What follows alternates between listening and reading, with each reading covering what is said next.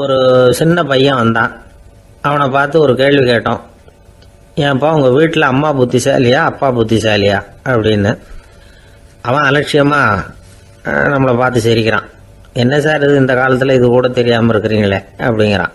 ஒரு சின்ன பையன் நம்மளை பார்த்து இப்படி கேட்டு விட்டானே அப்படின்னு நினைக்கிறப்போ நமக்கு ஒரு மாதிரி ஆகிடும். அதுக்கப்புறம்தான் இந்த தாத்தா பாட்டியெல்லாம் சொல்கிற ஒரு கதை ஞாபகத்துக்கு வந்தது.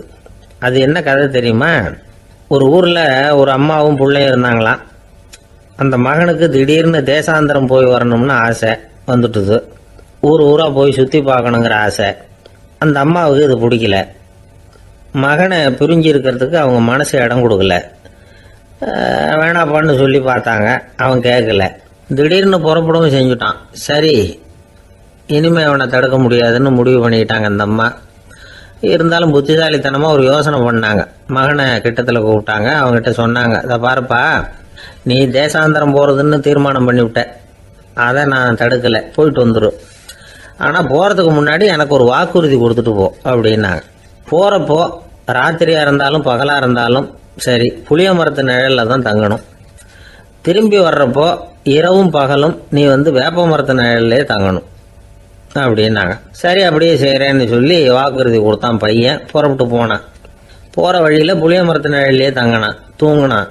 அப்படி போய்கிட்டே இருந்தான். 7வது நாள் அவன் உடம்பு சுகமில்லாமல் போயிட்டுது. ரொம்பவும் பலவீனமாயிட்டான். இனிமேல் நடக்க முடியாதுங்கிற நிலைமை வந்துட்டுது. யோசிச்சு பார்த்தான். சரி, இதுக்கு மேலே போக வேண்டாம் அப்படின்னு முடிவு பண்ணிட்டு திரும்பி வர ஆரம்பிச்சுட்டான். திரும்பி வர்றப்போ வழியில் வேப்ப மரத்து நிழல்லையே தங்கி வந்தான். நாளுக்கு நாள் உடம்பு சரியாக வந்துட்டுது. 7வது நாள் வீட்டுக்கு சேர்றான். உடம்பு பழையபடியே கலகலப்பாயிட்டுது. பூர்ண சுகம். தேசாந்திரம் போன பையன் திரும்பி வந்துட்டானே அப்படின்னு அந்த அம்மா ஆச்சரியப்படலை. ஏன்னா அவங்களுக்கு தெரியும் இப்படி ஆகும்னு. பையன் சீக்கிரமாக திரும்பி வரணுங்கிறதுக்காக தான் அவங்க அந்த யோசனையை சொன்னாங்க. என்ன விஷயங்கிறதையும் அவங்களே சொன்னாங்க. மகனே, புளிய மரத்து நிழல் உடம்புக்கு உஷ்ணத்தை கொடுக்கும், சீக்கம் உண்டாக்கும். அதனால் நீ தொடர்ந்து புளிய மரத்து நிழலில் தங்கினாவே நோய்க்கு ஆளாயிட்ட. அதனால் நல்ல பயணத்தை முடிச்சுக்கிட்டு திரும்பி வரணுங்கிற முடிவுக்கு வந்துட்ட. திரும்பி வர்றப்போ நீ தங்கினது வேப்ப மரத்து நிழல். அது உடம்புக்கு குளிர்ச்சியை தரக்கூடியது, நோயை தீர்க்கக்கூடியது. அதனால் சுகமாக வீட்டுக்கு சேர்ந்துட்ட. உன்னோட தேசாந்திர பயணத்தை தடுக்கிறதுக்காக தான் இப்படி பண்ணினேன் அப்படின்னாங்களாம் அந்த அம்மா. பார்த்தீங்களா அம்மாவோட புத்திசாலித்தனத்தை? அப்பாவாக இருந்தால் இப்படியா பண்ணுவார்?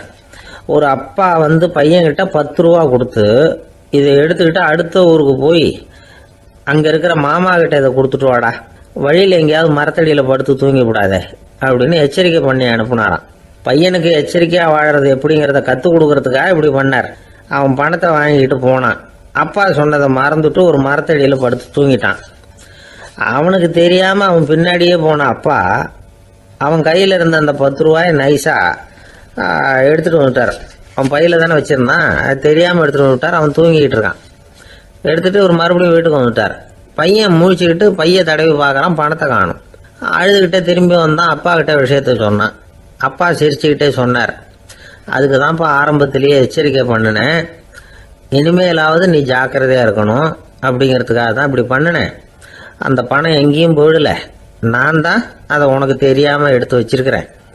இதோ பாரு அப்படின்னு சொல்லிக்கிட்டு சைடு பாக்கெட்டில் கையை விட்டா அது ஓட்டையாக இருக்குது. அதை எவனோ ஏற்கனவே கத்திரிச்சு எடுத்துகிட்டு போயிட்டான். இப்போ அப்பா முகத்தில் அசடு வழிஞ்சுதான்.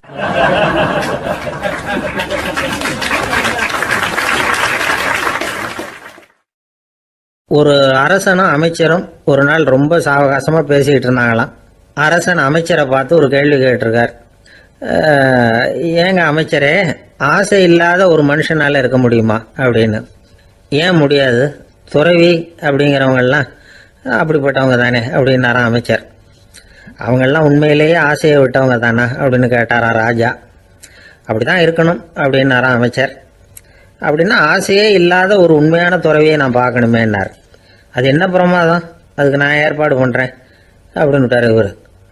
சொல்லிவிட்டு உடனே புறப்பட்டு போனார். அங்கே எங்கே தேடினார். அப்புறம் தான் அவருக்கு புரிஞ்சுது உண்மை துறவியை கண்டுபிடிக்கிறது எவ்வளவு கஷ்டமான காரியம்னு.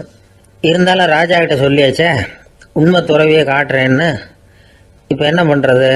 ராஜா கிட்ட சொன்னபடி நடக்கலைன்னா அவருக்கு கோபம் வந்துடும். அமைச்சர் ஒரு யோசனை பண்ணார். அவருக்கு ஒரு வழி தெரிஞ்சுது. அதுதான் சரின்னு முடிவு பண்ணார். அதாவது அந்த ஊரில் அவருக்கு தெரிஞ்ச நாடக நடிகர் ஒருத்தர் இருக்கிறார், நல்லா நடிப்பார். அவரை போய் பார்த்தார். இதை பாருப்பா, எனக்காக நீ ஒரு காரியம் செய்யணும்னார். என்னன்னு கேட்டார் அவர். நீ ஒரு துறவி மாதிரி கொஞ்ச நேரத்துக்கு நடிக்கணும். ராஜா வந்து உன்னை பார்த்துட்டு போகிற வரைக்கும் நடி, அது போதும். அதுக்காக உனக்கு 10,000 ரூபா தரேன் அப்படின்னார். அவர் எந்த காலத்தில் இவ்வளவு பணத்தை மொத்தமாக பார்த்துருக்கார். அதனால் உடனே சரின்னு ஒத்துக்கிட்டார். அமைச்சர் வந்து அரண்மனைக்கு திரும்பி வந்தார். என்ன அமைச்சரே, இன்னுமா ஒரு உண்மையான துறவி கிடைக்கலன்னார். உண்மையான துறவி ஒருத்தரை இப்போ தான் கொஞ்ச நேரத்துக்கு முன்னாடி பார்த்து பேசிவிட்டு வர்றேன். அவர் நம்ம ஊருக்கு வெளியில் குளத்தங்கரையில் உள்ள ஒரு ஆலமரத்துக்கு அடியில் உட்காந்துருக்கிறார் அப்படின்னார் இவர். அப்படின்னா உடனே புறப்படுங்க அப்படின்னார் ராஜா. பரிவாரங்களோடு புறப்பட்டார். அங்கே அந்த மரத்தடியில் அந்த ஆள் வேஷம் போட்டுக்கிட்டு துறவி மாதிரி உட்காந்துருக்கிறான். ராஜா நேராக போனார். அந்த துறவி காலில் கொத்துன்னு விழுந்து வணங்கினார். உடனே ராணி அவர் காலில் விழுந்தாங்க. அடுத்தபடியாக அமைச்சர் விழுந்தார். அவருக்கு தெரியும் இது நம்ம ஆள் தான்னு. இருந்தாலும் என்ன பண்ணுறது, நேரம். அப்புறம் பரிவாரங்கள்லாம் துறவி காலில் விழுந்து ஆசீர்வாதம் வாங்கிட்டாங்க. ராஜா அப்புறமா தங்கத்தட்டில் பொண்ணையும் பொருளையும் வச்சு அந்த துறவிகிட்ட ரொம்ப பணிவாக நீட்டுறார்.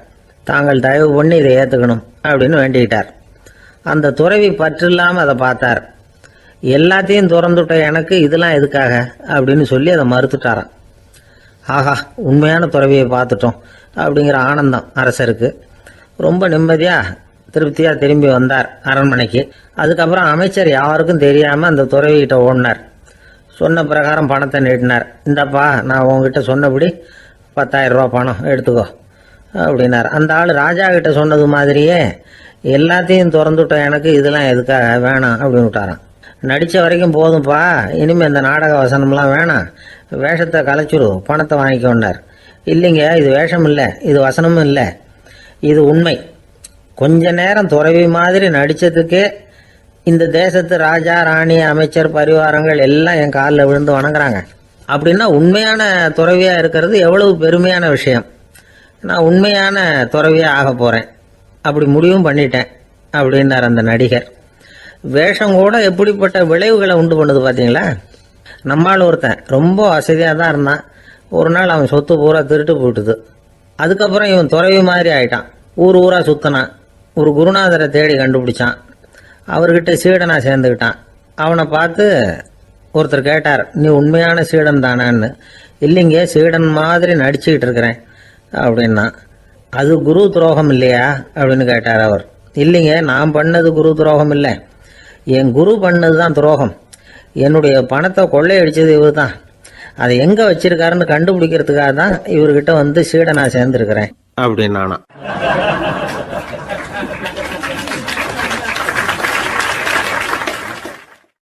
ஒரு ஆள் இருந்தான், நிறைய பணம் சம்பாதிச்சான். ஆனால் செலவு பண்ண மனசு வரல, கருமி. அவன் என்ன பண்ணா, சேர்த்த பணம் பூராவையும் ஒரு மரத்தடியில் புதைச்சி வச்சிருந்தான். வாரத்துக்கு ஒரு தடவை அந்த மரத்தடிக்கு வருவான். புதைச்ச இடத்த ஆவலோடு பார்த்துக்கிட்டு இருப்பான். அதுக்கப்புறம் போயிடுவான். அவ்வளவுதான். ஒரு நாள் ஒரு திருடன் வந்தான். இவன் புதைச்சி வச்சிருந்ததெல்லாம் எடுத்துகிட்டு போட்டான்.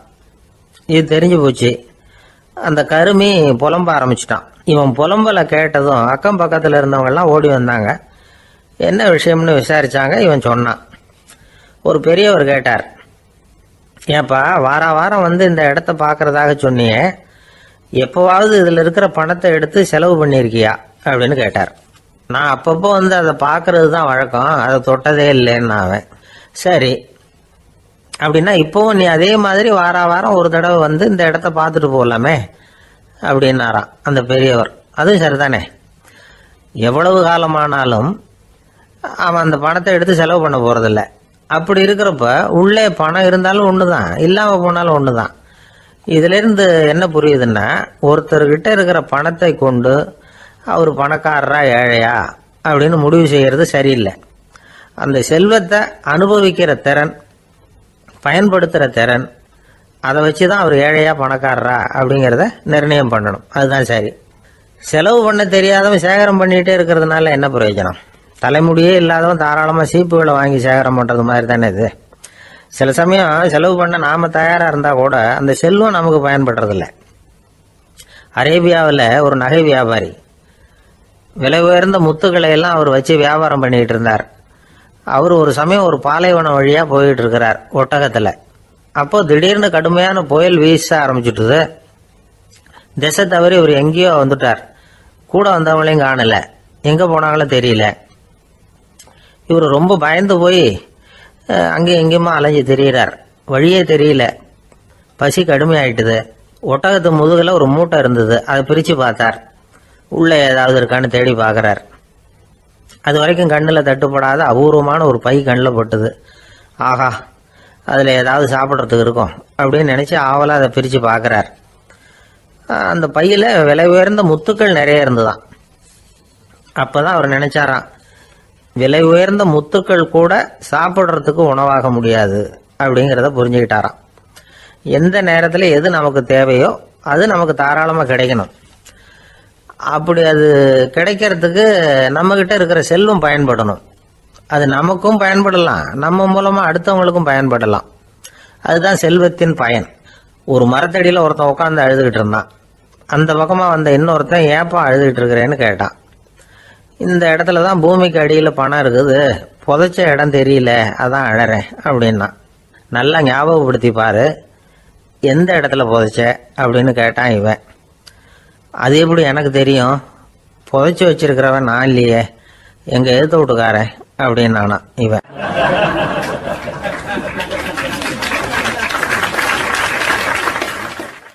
அந்த ஆள் என்ன கண்ணா பண்ணான்னு திட்டி விட்டான் சார், அதை நினைச்சா எனக்கு ரொம்ப வருத்தமா இருக்கு அப்படின்னு சொல்லி கவலைப்பட்டார் ஒருத்தர்.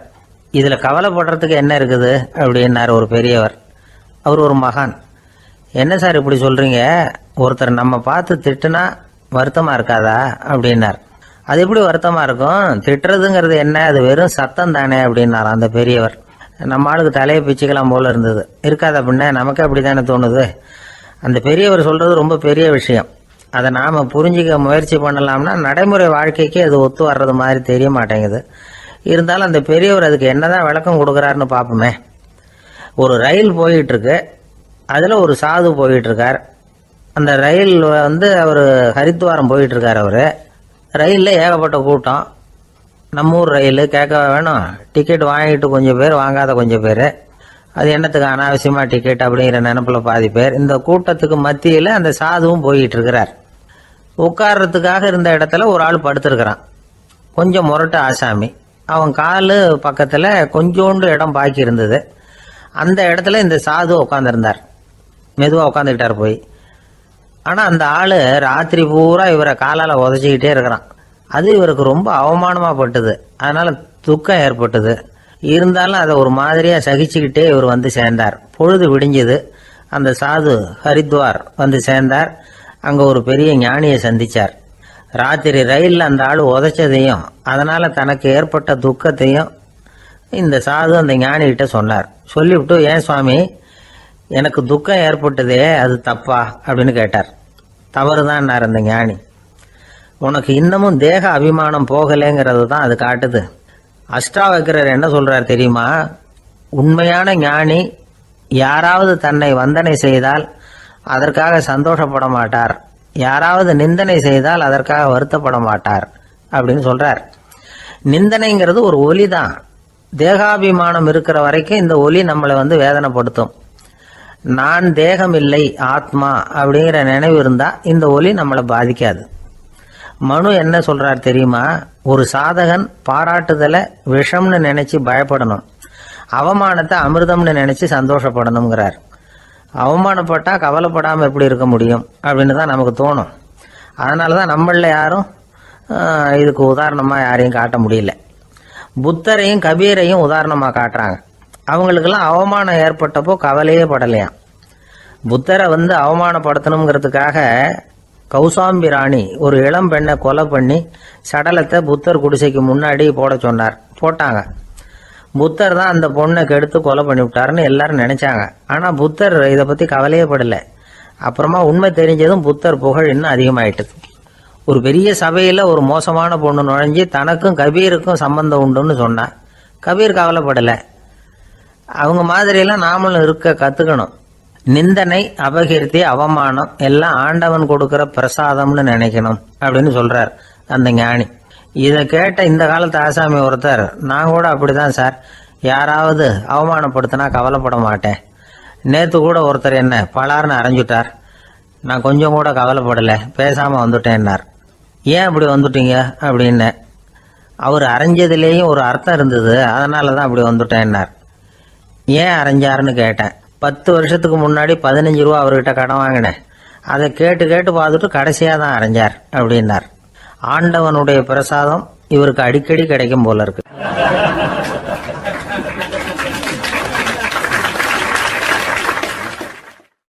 ஒரு பல்கலைக்கழகம், அங்கே ஒரு இலக்கிய பேராசிரியர், அவர் பாடம் நடத்திக்கிட்டு இருந்தார்.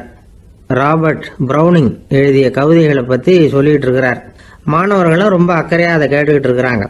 ஒரு குறிப்பிட்ட கவிதையை பற்றி சொல்லும் பொழுது அந்த பேராசிரியருக்கே ஒரு சந்தேகம்.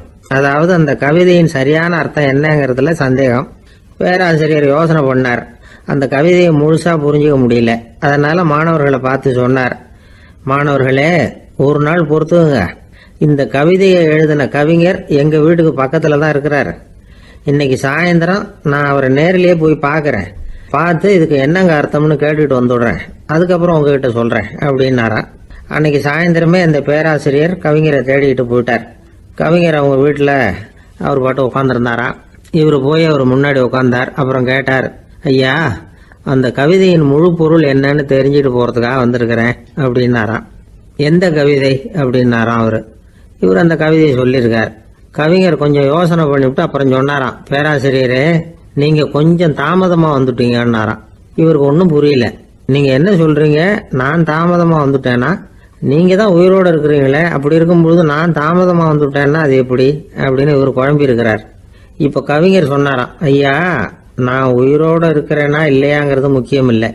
நான் அந்த கவிதை வரிகளை எழுதினப்போ 2 பேருக்கு அதோட அர்த்தம் தெரிஞ்சிருந்தது. இப்போ ஒரே ஒருத்தருக்கு தான் அதோட அர்த்தம் தெரியும் அப்படின்னாராம். பேராசிரியர் யோசனை பண்ணியிருக்கார். அப்படின்னா அந்த ஒருத்தர் கவிஞர் ராபர்ட் ப்ரௌனிங்கை தவிர வேற யாரா இருக்க முடியும்? இவர் தான் அப்படிங்கிறத அவர் மனசில் நினச்சிக்கிட்டார். அதனால் சொன்னார், ஐயா, நான் தாமதமாக வரல, அந்த கவிதையின் பொருள் என்ன அது சொல்லுங்கன்னார்.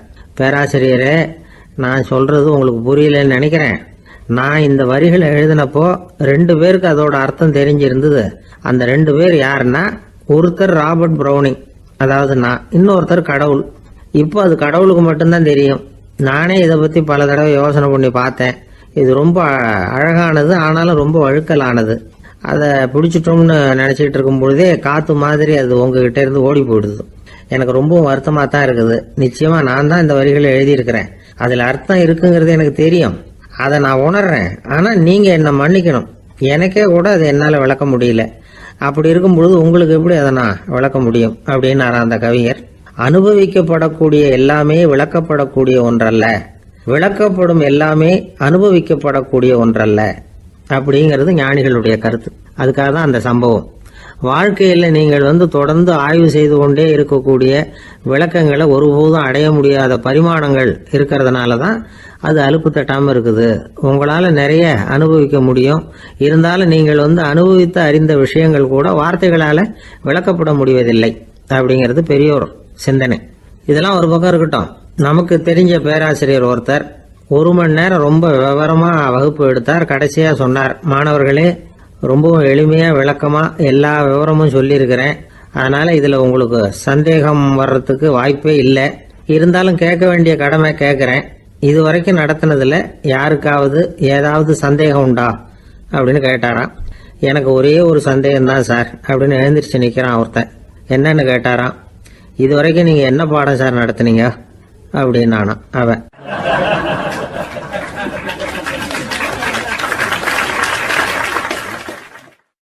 அம்மாக்காரங்களுக்கு அடிக்கடி ஏற்படுற கவலை ஒன்று உண்டு.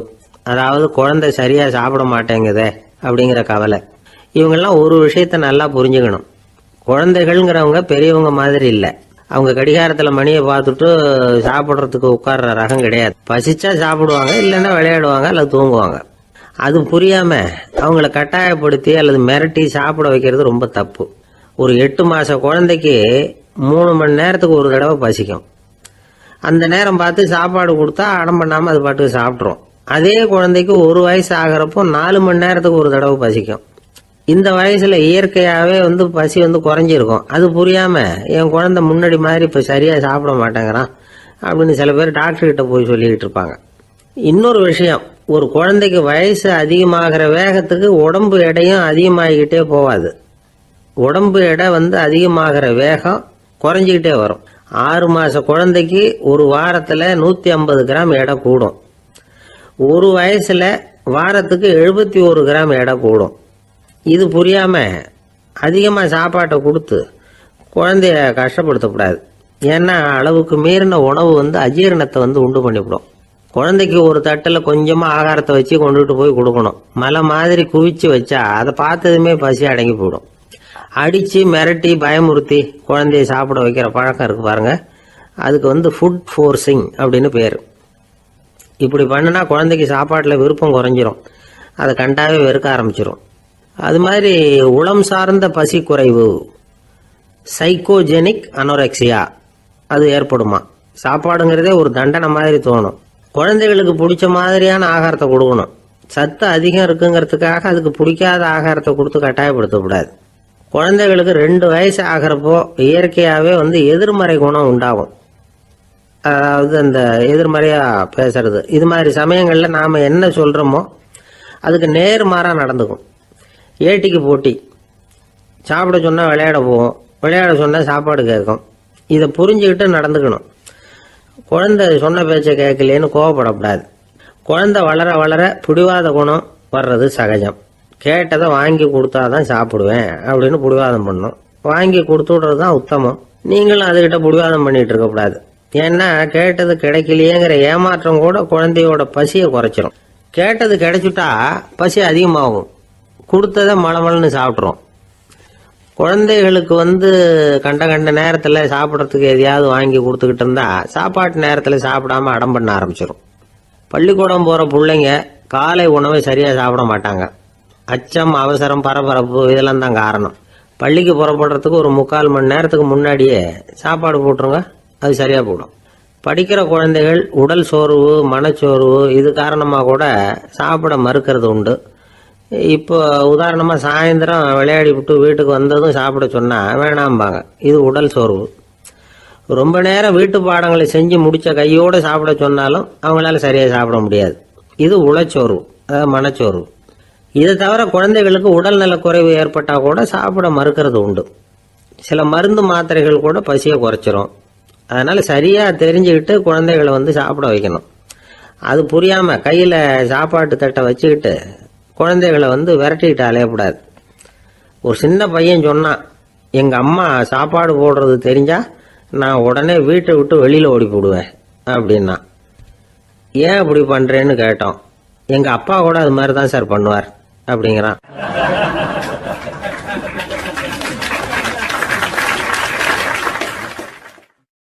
பந்திக்கு முந்தர ஆசாமிகள் நம்மள பல பேர் உண்டு. அப்படி முந்தறதுக்கு கூட முயற்சி பண்ணுறவங்க நிறைய பேர் இருக்கிறாங்க. இதில் என்ன ஒரு விஷயம்னா, பந்திக்கு முந்துறது கூட தப்பு இல்லை. ஆனால் அப்படி ஒரு விருந்தில் ஆளாக போய் உட்காந்து சாப்பிட்டா கூட வெளியில் வர்றப்ப என்ன பெரிய விருந்து வச்சுட்டான், சாம்பாரில் உப்பு இல்லை, ரசத்தில் காரம் இல்லை அப்படின்னு குறை சொல்லிகிட்டே வர்றது இருக்கு பாருங்க, அது சரியில்லை, நாகரிகமும் இல்லை. கல்யாண பத்திரிகையில் என்ன போட்டிருக்குது, என் பொண்ணுக்கும் இன்னார் பையனுக்கும் கல்யாணம், எல்லாரும் குடும்பத்தோடு வந்திருந்து மணமக்கள் ஆசீர்வதிக்கணும், இப்படி தானே போட்டிருக்கோம். குடும்பத்தோடு விருந்து சாப்பிட்டு சாப்பாடு எப்படி இருக்குன்னு அபிப்பிராயம் சொல்லிவிட்டு போங்க அப்படின்னா போட்டிருக்கு கல்யாண பத்திரிகையில். ஒருத்தர் வீட்டு விசேஷத்துக்கு போயிருக்கோம்னா எவ்வளவோ அசௌகரியங்கள் நமக்கு ஏற்படலாம். ஏராளமான கூட்டம் வந்திருக்கும். எல்லாரையும் அவங்க தனித்தனியாக கவனிச்சுக்கிட்டு இருக்க முடியாது. நாம தான் அனுசரித்து நடந்துக்கணும். நாமளா போய் வாழ்த்த வேண்டியவங்களை வாழ்த்தி விட்டு சேரணும். அதை விட்டுட்டு பத்திரிக்கை கொடுத்தானேன்னு போனேன், கவனிப்பே சரியில்லை அப்படின்னு புலம்பிக்கிட்டு இருக்கக்கூடாது. ஒரு விருந்துக்கு போனால் அங்கே எப்படி நடந்துக்கணும் அப்படிங்கிறத பற்றி கூட அனுபவசாலிகள் சில விவரங்கள்லாம் சொல்லியிருக்கிறாங்க. இந்த காலத்தில் கல்யாணம், பிறந்த நாள், அது இதுன்னு நிறைய விருந்துகள் நடக்குது. அதெல்லாம் எதுக்காக?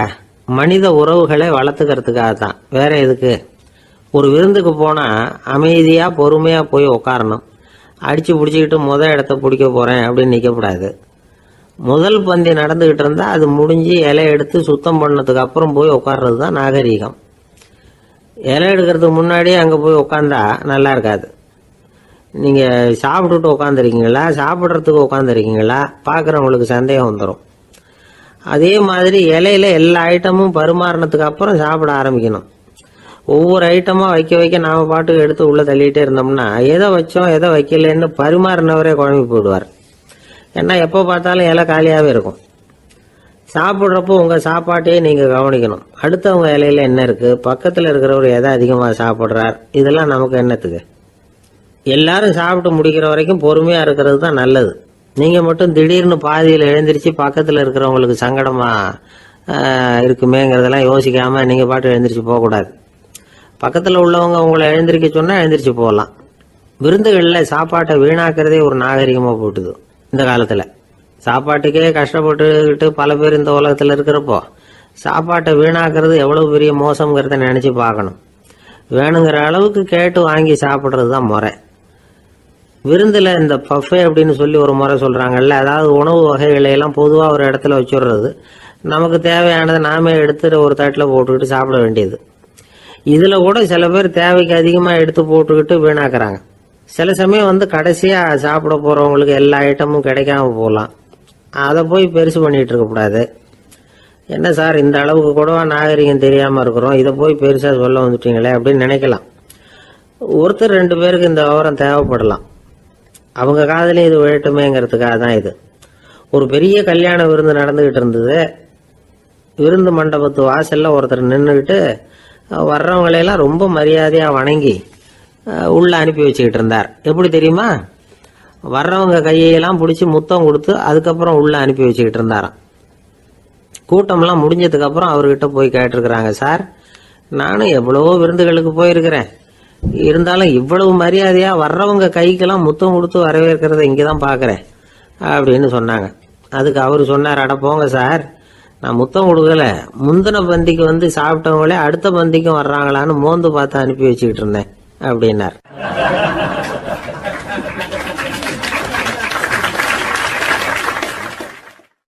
ஒரு ஊரில் ஒரு ராஜா இருந்தார். பெரிய அரண்மனையில் தான் இருக்கிறார். எல்லா வசதியும் இருந்தது. இருந்தாலும் அவர் எல்லாரும் சொல்கிறது எப்படி தெரியுமா? பிச்சைக்கார ராஜா. அப்படி ஒரு பேர் அவருக்கு நிலைச்சி போச்சு. ஜனங்களும் சரி மற்ற தேசங்களில் உள்ளவங்களும் சரி அவர் அந்த பேர் சொல்லியே குறிப்பிடுறது வழக்கமாக போட்டுது. இது அவருக்கு ரொம்ப கவலையாக போச்சு. என்ன இது, நம்மளை தேடி வர்றவங்களுக்கெல்லாம் நாம் சோறு போடுறோம், நம்ம புகழ்ந்து பாடல் ஏற்றி கொண்டு வர்ற புலவர்களுக்கெல்லாம் அவங்க எப்படி வந்தாலும் ஒருவேளை சோறு போடணுங்கிறது உத்தரவு. இவ்வளவுலாம் செஞ்சும் நம்மளை போய் பிச்சைக்கார ராஜான்னு எல்லாரும் சொல்கிறாங்களே, அது ஏன், எதுக்காக அப்படி சொல்கிறாங்க? இதுதான் ராஜாவுக்கு குழப்பம். சரி, இதை பற்றி நம்ம அமைச்சர்கள்கிட்ட கேட்கலாமா அப்படின்னு யோசனை பண்ணார். இந்த விஷயத்தை போய் அவங்ககிட்ட எப்படி கேட்கறதுன்னு அவருக்கு தயக்கமாக இருந்தது. கௌரவ குறைச்சலாக தெரிஞ்சுது அவருக்கு. சரி, சாதாரண குடிமக்கள்கிட்ட இதை பற்றி கேட்கலாமா அப்படின்னு யோசனை பண்ணார். கேட்கலாம், ஆனால் அவங்க யாரும் ராஜா முன்னாடி நின்று தைரியமாக பேசக்கூடிய அளவுக்கு இல்லை. ராஜாவோட குழப்பம் நாளுக்கு நாள் அதிகமாக போச்சு. கடைசியாக அவர் ஒரு முடிவுக்கு வந்தார். அதாவது இதை பற்றி ஒரு பிச்சைக்காரங்கிட்டே கேட்டு பார்த்துட்டா என்ன. இதுதான் அவர் பண்ண முடிவு. உடனே மாறு வேஷம் போட்டுக்கிட்டு நகர்வலம் போனார். ஒரு பிச்சைக்காரனை கண்டுபிடிச்சார். இதை பாருப்பா, நம்ம ராஜாவை எல்லாரும் பிச்சைக்கார ராஜான்னே சொல்கிறாங்களே, அதுக்கு என்ன காரணமாக இருக்கும் அப்படின்னு கேட்டார். அதுக்கு அவன் சொல்கிறான், இதுக்கான பதிலை இன்னும் ஒரு 30 நாளில் சொல்கிறேன் அப்படின்னா. உடனே இவருக்கு சந்தோஷம். உண்மையை அவங்ககிட்ட சொன்னார். நான் வேற யாரும் இல்லை, நான் தான் இந்த நாட்டு ராஜா. இப்போ நீ என் கூடவே வந்துடு, அரண்மனையிலேயே தங்கிக்கோ, 30 நாள் கழித்து எனக்கு பதில் சொல்லிவிட்டு அதுக்கப்புறமா நீ போகலாம் அப்படின்னு சொல்லி அழைச்சிட்டு வந்துட்டார். அரண்மனையில் ஒரு மூலையில் அவன் தங்கறதுக்கு இடம் கொடுத்தார். தினம் 2 வேளையும் இவனுக்கு சோறு போடுங்க அப்படின்னு உத்தரவு போட்டார். ராஜா கொடுத்த இடத்துல போய் உக்காந்துக்கிட்டான் அந்த பிச்சைக்காரன். தினமும் அந்த அரண்மனையில் நடக்கிறதையெல்லாம் கவனிச்சுக்கிட்டு வந்தான். வேளைக்கு சாப்பாடு வரும், சாப்பிட்டுக்கிட்டு இருக்கான். இப்படி 30 நாள் முடிஞ்சுது. ராஜா வந்தார். என்ன, என்னோட கேள்விக்கு பதில் என்னன்னு கண்டுபிடிச்சிட்டியான்னார். கண்டுபிடிச்சிட்டேன்னா. என்ன எல்லாரும் பிச்சைக்கார ராஜான்னு சொல்கிறாங்களே, அது நியாயமாக படுதா உனக்குன்னு கேட்டார். நியாயமாக தான் படுது, சந்தேகம் இல்லாமல் நீங்கள் பிச்சைக்கார ராஜா தான். என்னதான் நீங்கள் வசதியோடவும் படைபலத்தோடவும் இருந்தால் கூட நீங்கள் எங்கள் வர்க்கத்தை சேர்ந்த ஆசாமி தான் அப்படின்னு அடித்து சொல்லிவிட்டான் அந்த ஆள். ஏனால் அப்படி சொல்கிறேன்னு கேட்டார் இவர். அரசே, ஒரு உண்மையை கண்டுபிடிச்சி சொல்கிறதா நான் உங்ககிட்ட சொன்னேன். நீங்கள் ராஜ பரம்பரைன்னா உடனே உங்க கழுத்துல கிடக்கிற முத்து மாலையை கழட்டி பரிசா கொடுத்துருப்பீங்க, பொண்ணையும் மணியையும் கொடுத்துருப்பீங்க. ஆனா நீங்க அப்படி செய்யல. என்ன ஒரு மூலையில உட்கார வச்சு 2 வேளை சோறு போட சொன்னீங்க.